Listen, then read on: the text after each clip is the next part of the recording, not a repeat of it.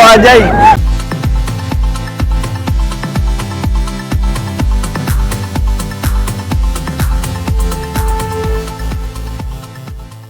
Big shoutout nga pala sa Once Reef. Sila po yung 4x4 adventure na sinakyan po namin. Kaya kung pupunta po kayo ng Ilocos Norte para mag-sand dune, kontakin nyo po ang Once Reef. Welcome po sa aking channel. Ito po ang part 4 sa aming bakasyon sa Pinas. Ngayong araw ay pupunta po kami sa sand dune kung saan kami po ay magkakaroon ng masayang adventure sa buhanginan gamit po ang ATV at 4x4 na sasakyan.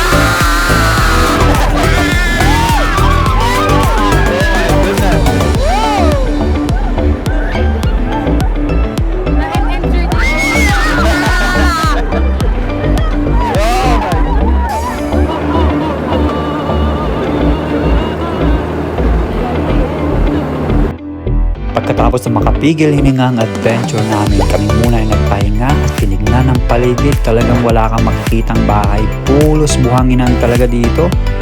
Ang mga activities na pwede nyong gawin dito ay yung mag 4x4, all-terrain vehicles, saka pwede rin kayong mag sandboarding.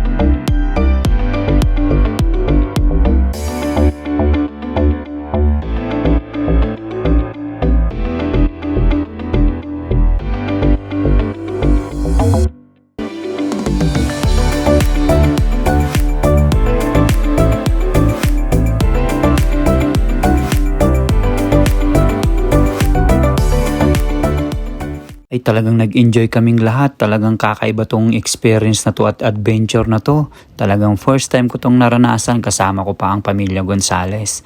Hanggang dito na lang po at see you ulit sa sunod naming adventure.